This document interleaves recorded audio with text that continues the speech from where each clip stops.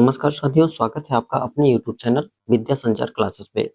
आज हम अपनी इस वीडियो में पढ़ेंगे कि भारत की जीडीपी तो बढ़ रही है, लेकिन जिस तेजी से जीडीपी बढ़ रही है, उस अनुपात में भारत अपने युवाओं को रोजगार नहीं दे पा रहा है। दुनिया में सबसे तेजी से अगर किसी देश की इकोनॉमी ग्रो कर रही है, तो वो भारत देश है और हम दुनिया में चौथी सबसे बड़ी अर्थव्यवस्था बन गए हैं। लेकिन भारत में बहुत बड़े स्तर पे युवाओं की जनसंख्या है और जितनी तेजी से जीडीपी बढ़ रही है, हम रोजगार उपलब्ध नहीं करा पा रहे हैं। तो इसीलिए भारत की इकोनॉमी में कहा जाता है कि भारत में जॉबलेस ग्रोथ है। क्या ग्रोथ? ग्रोथ तो बढ़ रही है, लेकिन उस अनुपात में जॉब उत्पन्न नहीं हो रहे हैं। तो देखते हैं क्या-क्या रीज़न है कि भारत उतने अच्छे तरीके से जॉब अपने युवाओं को नहीं दे पा रहा है। क्यों नहीं दे पा रहा है? या ये भी एक दिक्कत है, लोगों को रोज़गार जो मिल रहा है, वो उनकी योग्यता के अनुसार भी नहीं मिल रहा है। ये भी क्या-क्या रीज़न है इसके पीछे? हम देखते हैं। 2025 में भारत एक घोर आर्थिक विरोधाभास पेश करता है।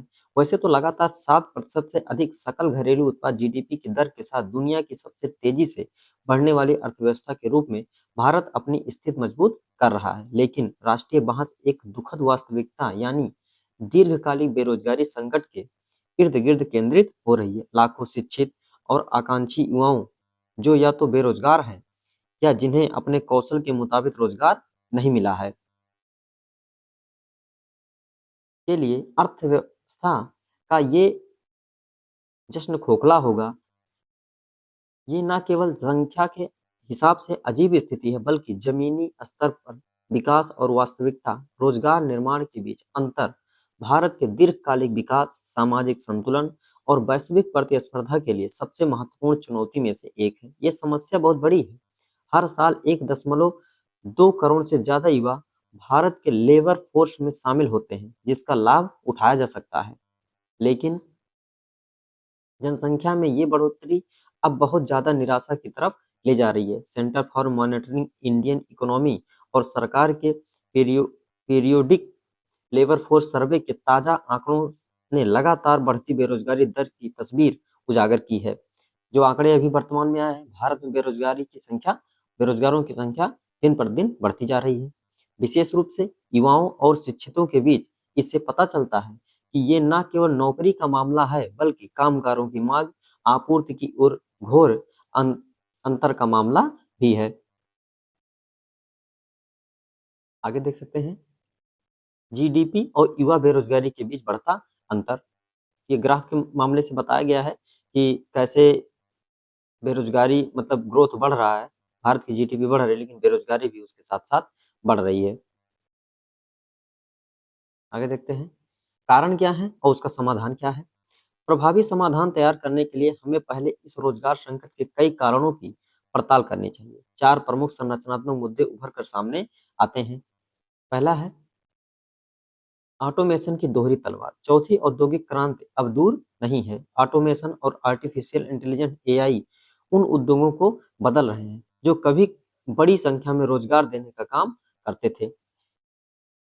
आर्टिफिशियल इंटेलिजेंस ने भी बहुत लोगों का रोजगार छीन रखा है। क्योंकि अगर आर्टिफिशियल इंटेलिजेंस से ही सारे काम लिए जाएँगे, सारे काम मशीनों से ही लेने लगेंगे, तो इंसान का काम ही नहीं लगेगा, तो इससे भी बेरोज़गारी बढ़ेगी। डेटा साइंस और मशीन लर्निंग के क्षेत्र में अधिक कौशल वाले कुछ रोज़गार का सृजन हुआ, लेकिन वो अभी भी IT services, bank office processing, यहाँ तक कि मैन्युफैक्चरिंग में घटते अवसरों से पीछे हैं। इसके अलावा कम हुनर वाले काम-काज में नौकरी में कटौती आमतौर पर रोजगार निर्माण और अधिक हुनर वाले कामकाज से कहीं ज़्यादा तेज़ी से बढ़ रही है। इसकी वजह से बड़ी संख्या में लोग बेरोजगार हो रहे हैं और असमानता की स्थिति और बिगड़ रही है। अगर भारत में बेरोजगारी इसी तरह बढ़ती रहेगी, तो क्या होगा? असमानता भी बढ़ती रहेगी। पूरे में कुछ ही लोगों के पास भारत देश की ज़्यादातर संपत्ति है। कुछ अमीर लोगों के पास ही भारत की ज़्यादातर संपत्ति केंद्रित है। आगे देखते हैं, रुका हुआ मैन्युफैक्चरिंग सेक्टर। कुछ सेक्टर ऐसे हैं जिसमें भारत सामानों का मैन्युफैक्चर नहीं कर पा रहा है। आगे देखते हैं, भारत को श्रमिकों को खेती से रोजगार प्रधान मैन्युफैक्चरिंग सेक्टर की तरफ ले जाने के पारंपरिक विकास मॉडल को लागू करने में जूझना पड़ा, जबकि पूर्वी एशिया के देश सफलतापूर्वक इस रास्ते पर चल रहे हैं। जैसे चीन को देख लीजिए, चीन ने क्या किया है, जिस क्षेत्र में जो सामान उनका प्रसिद्ध था, उन्होंने उस सामान का उद्योग उसी क्षेत्र में स्थापित कर दिया है। लेकिन भारत में बहुत छोटे-छोटे लघु और कुटीर उद्योग प्राचीन जो स्थापित थे पहले से ही स्वतंत्रता के पहले, भारत स्वतंत्रता के बाद से उन छोटे-छोटे उद्योग जो गाँव स्तर पर उनको भारत सरकार ने ध्यान ही नहीं दिया, जिससे क्या हुआ, छोटे-छोटे उद्योग समाप्त हो गए। अगर उन छोटे-छोटे उद्योगों को उसी क्षेत्र में विकसित कर लिया जाता, तो आस-पास के लोगों को रोजगार मिल जाता। आगे देखते हैं, भारत ने अपने कितना बड़ा अवसर गँवाया, ये समझने के लिए केवल पूर्वी एशिया के इतिहास पर नज़र डालने की आवश्यकता है। दक्षिण कोरिया ने 60 के दशक में निर्यात आधारित औद्योगिकरण को अपनाकर उद्योगों को बढ़ावा दिया, जिसमें वैल्यू चेन में आगे बढ़ने से पहले श्रम केंद्रित निर्यात को प्राथमिकता दी। ताइवान ने एसएमई आधारित निर्यात क्लस्टर के अनूठे मॉडल का फायदा उठाया, जिसमें सरकार समर्थित औद्योगिक पार्कों के माध्यम से छोटे उद्यमों की वैश्विक सप्लाई चेन ने जोड़ा गया। इसी तरह चीन ने टाउनशिप एंड विलेज इंटरप्राइज के जरिए गांवों के अतिरिक्त श्रमिकों को इकट्ठा किया, मतलब गाँव में ही उद्योगों को स्थापित किया चीन ने, जिससे मैन्युफैक्चरिंग सीधे ग्रामीण इलाकों तक पहुँच गया। मतलब जो क्षेत्र जिस क्षेत्र में जो चीज़ें प्रसिद्ध थी, उसको उसी क्षेत्र में उद्योग का नाम दे दिया और वहीं पे ग्रामीणों को लगाकर उनको रोजगार देकर उस चीज़ का उत्पादन करना शुरू कर दिया। इस तरह श्रमिकों को शहर की तरफ पलायन से मजबूर नहीं होना पड़ा। इस भारत में क्या है कि भा गाँव में लोगों को रोजगार मिल नहीं रहा है, वो क्या करते हैं, गाँव से छोड़कर दिल्ली, मुंबई, चेन्नई, बेंगलुरु शहरों की तरफ भागते हैं। 80 के दशक में वियतनाम ने दोई-मोई सुधारों के जरिए मैन्युफैक्चरिंग की अपनी क्षमता को खोला। इस तरह केंद्रीय स्तर पर योजना की जगह बाजार आधारित निर्यात केंद्रित मॉडल की तरफ बदलाव हुआ, जिनसे विदेशी निवेश का स्वागत हुआ। भारत में मेक इन इंडिया कब शुरू हुआ, 2014 में जब बीजेपी सरकार बनी, तब ये मेक इन इंडिया कार्यक्रम शुरू किया गया। और प्रोडक्शन लिंक इंसेटिव पीएलआई जैसी पहल के बावजूद जीडीपी और उससे बढ़कर रोजगार में मैन्युफैक्चरिंग सेक्टर का हिस्सा लगातार कम रहा। ज्यादातर ध्यान पूंजी प्रधान उद्योगों जैसे कि इलेक्ट्रॉनिक्स, ऑटोमेटिक असेंबली पर रहा, जो महत्वपूर्ण होने के बावजूद बड़ी संख्या में रोजगार का निर्माण नहीं करते, जबकि नए कामगारों को समायोजित करने के लिए ये आवश्यक है। कपड़ा, फुटवियर और खाद्य प्रसंस्करण जैसे कम हुनर श्रम प्रधान मैन्युफैक्चरिंग की मदद के लिए इकोसिस्टम वियतनाम और बांग्लादेश जैसे प्रतिस्पर्धियों की तुलना में कम विकसित है। भारत में भारत में लगभग 55% से अधिक लोग खेती करने में लगे हुए हैं। इसमें खेती करने में लगे हैं, इसीलिए भारत को कृषि प्रधान देश कहा जाता है। कौन सा देश कहा जाता है? कृषि प्रधान देश कहा जाता है। तो भारत सरकार को सोचना होगा, कृषि क्षेत्र को ही बढ़ावा देना होगा, लोगों को कृषि क्षेत्र में ही रोजगार देना होगा, कृषि को एक उद्योग के रूप में देखना होगा, जिससे का जो लोग खेती करना जानते हैं, उनको रोजगार मिल सके। आगे देखते हैं, हर तरफ कौशल की कमी। भारत में युवाओं में कौशल की कमी है। भारत की शिक्षा प्रणाली नौकरी के लिए युवाओं को तैयार करने में नाकाम है। भारत में अभी तक जो शिक्षा प्रणाली है, उसमें कौशल की कमी है। युवाओं को कौशल नहीं सिखाया जाता है। लेकिन अभी हमारी जो नई शिक्षा नीति आई है, 1986 के बाद 2020 में जो नई शिक्षा नीति आई है, उस शिक्षा नीति में कहा गया है कि अब छात्रों को कौशल भी सिखाया जाएगा। 6 से जैसे ही क्लास 6 में बच्चे जाएँगे, उनको कौशल सिखाना शुरू हो जाएगा। तो ये बहुत अच्छी पहल है भारत सरकार की। रटने और सैद्धांतिक ज्ञान पर आधारित है। अभी तक बच्चे क्या करते थे? रटंत विद्या पर आधारित थे। लेकिन अब बच्चों को रटने से के बजाय उनको प्रैक्टिकली हर चीज़ सिखाया जाए, तो ज़्यादा अच्छा रहेगा। पाठ्यक्रम आधुनिक अर्थव्यवस्था की ज़रूरतों के हिसाब से छात्रों को तैयार नहीं कर पाता। उद्योगों के लिए आवश्यक है कौशल जैसे critical thinking, data analytics, green डेट विशेषज्ञता और ग्रेजुएट छात्रों के मौजूद कौशल के बीच महत्वपूर्ण अंतर है। इसका नतीजा ऐसे हताशाजनक स्थिति में निकला, जहां उद्योग शिकायत करते हैं और प्रतिभाओं की कमी है। उद्योग क्या कहते हैं कि अपने देश में प्रतिभाओं की कमी है। बहुत सारे प्राइवेट सेक्टर हैं जहाँ लोग जॉब कर सकते हैं, लेकिन कौशल की कमी के कारण वो लोग वहाँ वही इसी क्षेत्र में मजदूरी करने पर मजबूर हो जाते हैं। आगे देखते हैं।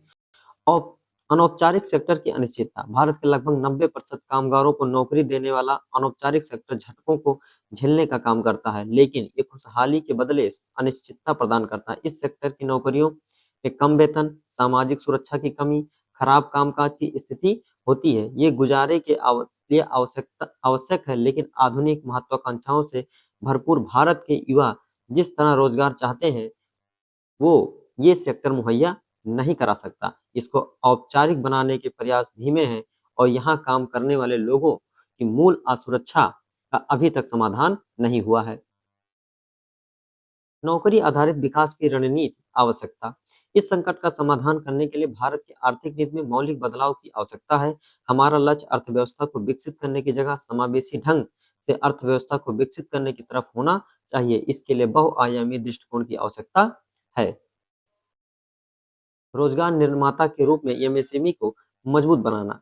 सूक्ष्म, लघु और मध्यम उद्योग एमएसएमई भारतीय अर्थव्यवस्था की रीढ़ और सबसे ज्यादा रोजगार देने वाला है। नीतियां सिर्फ बड़ी-बड़ी बातें करने से आगे की तरफ बढ़नी चाहिए। एमएसएमई को आसानी से कर्ज, तकनीक और औपचारिक बाजार प्रदान करना चाहिए। नियमों से जुड़े अनुपालन को आसान बनाना, राष्ट्रीय एवं वैल्यू वैश्विक वैल्यू चेन से उसको जोड़ना महत्वपूर्ण है। कौशल विकास के लिए राष्ट्रीय मिशन 2.0 मतलब कौशल विकास को बढ़ावा देने के लिए भारत सरकार को कई योजनाएं चलानी चाहिए। कौशल से जुड़ी पहलों को नए सिरे से परिभाषित करने की आवश्यकता है। सप्लाई चेन केंद्रित होने के बदले उन्हें मांग आधारित बनाना चाहिए, जो उद्योग के साथ गहरे तालमेल के जरिए तैयार हो। जर्मन प्रणाली पर तैयार एक देशव्यापी अप्रेंटिसशिप कार्यक्रम एक व्यवहारिक उपाय को हो सकता है, जो काम की जगह ट्रेनिंग प्रदान करेगा। इस तरह शिक्षा से रोजगार तक सीधा रास्ता तैयार होगा। ज्यादा रोजगार वाले सेक्टर को बढ़ावा। जो सेक्टर ज्यादा रोजगार देते हैं उनको बढ़ावा देना। जैसे अभी हम पहले कहा कि भारत की ज्यादातर जनसंख्या कृषि पर निर्भर है, लगभग 55% से ऊपर जनसंख्या कृषि पर निर्भर है। तो भारत सरकार को कृषि पर भी ध्यान देना सके, जिससे इसी क्षेत्र में लोगों को रोजगार उपलब्ध कराया जा सके। ऐसे ही कौशल युक्त युवा तैयार करना चाहिए जो आधुनिक तरीके से कृषि कर सकें, और भारत को उनको सैलरी भी अच्छी खासी देनी चाहिए, जिससे कृषि को और अच्छा खासा वर्ल्ड लेवल पर हम बढ़ा सकें। जिन क्षेत्रों में देखते हैं, जिन क्षेत्रों में ज्यादा रोजगार है वहां रणनीतिक नीतिगत समर्थन देना चाहिए। इसमें न केवल कपड़ा, पर्यटन और पारंपरिक क्षेत्र शामिल है, बल्कि उभरता हरित क्षेत्र भी। नवीकरणीय ऊर्जा से लेकर कूड़ा प्रबंधन, इलेक्ट्रॉनिक गाड़ियों की मैन्युफैक्चरिंग एक हरित अर्थव्यवस्था की तरफ बदलाव नए जमाने की लाखों नौकरियों के लिए महत्वपूर्ण अवसर पेश करता है।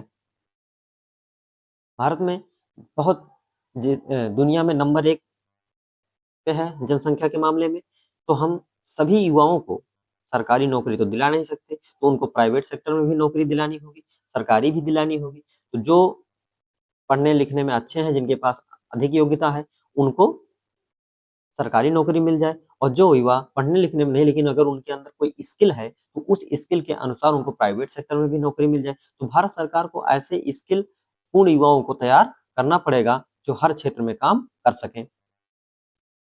श्रम कानूनों और सामाजिक सुरक्षा का आधुनिकीकरण। भारत को 21वीं सदी में फिट होने वाले श्रम कानून की रूपरेखा की आवश्यकता है। ऐसा कानून जो लचीलेपन की आवश्यकता और कामगारों की सुरक्षा अधिकारों के बीच संतुलन स्थापित करे। इसके लिए सामाजिक सुरक्षा मजबूत करनी होगी। कामगारों को स्वास्थ्य बीमा, पेंशन से जुड़े लाभ मुहैया कराने होंगे। इसके दायरे में गिग और अनौपचारिक कामगार भी शामिल हों। चुनौती विशाल है, लेकिन अवसर उतना ही बड़ा है। अस्थिरता का खतरा उत्पन्न करने वाली जनसंख्या आने वाले दशकों में भारत को आर्थिक मामलों में दिग्गज देश बना सकती है, लेकिन ये लाभ अपने आप में नहीं मिलेगा। इसके लिए एक निर्णायक नीतिगत बदलाव की आवश्यकता है, जो भारत के विकास की गाथा में रोजगार निर्माण और मानव पूंजी विकास को केंद्र में रखे। रोजगार के विकास को बिना जीडीपी विकास स्थिर नहीं है, और वो समय आ गया है जब भारत का विकास से जुड़ा नैरेटिव इस बुनियादी सच को दिखाए। दुनिया में सबसे ज्यादा युवाओं की जनसंख्या अगर किसी देश में है तो कहाँ पे है? भारत देश में है। भारत देश में है। भारत इन युवाओं को, भारत सरकार अगर सही दिशा में लाना चाहती है तो इनके अंदर स्किल का विकास करना होगा। शिक्षा में अच्छे-अच्छे सुधार करने पड़ेंगे, जिससे इनकी शिक्षा बेहतर हो सके, ये अच्छा कौशल सीख सकें। और जितना युवा अपने देश में रोजगार करेगा, चाहे प्राइवेट हो चाहे सरकारी में, देश का विकास उतना ही तेजी से बढ़ेगा। सरकारों को इस पर ध्यान होगा कि रोजगार देने से भारत का विकास कम नहीं होगा, बल्कि रोजगार देने से भारत का विकास बहुत बढ़ेगा। बहुत सारी सरकारें हैं कि टाइम पे सरकारी जॉब नहीं निकालती हैं, टाइम पे एक जॉब आता है, 1 साल 2 साल बीत जाता है, उस पर कोई कार्रवाई नहीं होती है, 2-2 3-3 साल लग जाते हैं एक जॉब फाइनल होने में। तो भारत सरकार को इन सब चीज़ों पे ध्यान देना होगा कि जितना जल्दी हो सके कोई भी वैकेंसी है उसको भी फाइनल करें, और प्राइवेट सेक्टर में भी अपने युवाओं को रोजगार दिलाए, जिससे ये सभी युवा मिलकर, एक साथ मिलकर भारत देश का विकास कर सकें और दुनिया में एक पावरफुल देश के रूप में स्थापित कर सकें। आशा करता हूँ आप लोगों को ये वीडियो पसंद आई होगी। चैनल पे नए हैं तो लाइक कर दीजिए, सब्सक्राइब कर दीजिए और शेयर कर दीजिए, और वीडियो को आप लोग पूरा देखा करिए। धन्यवाद।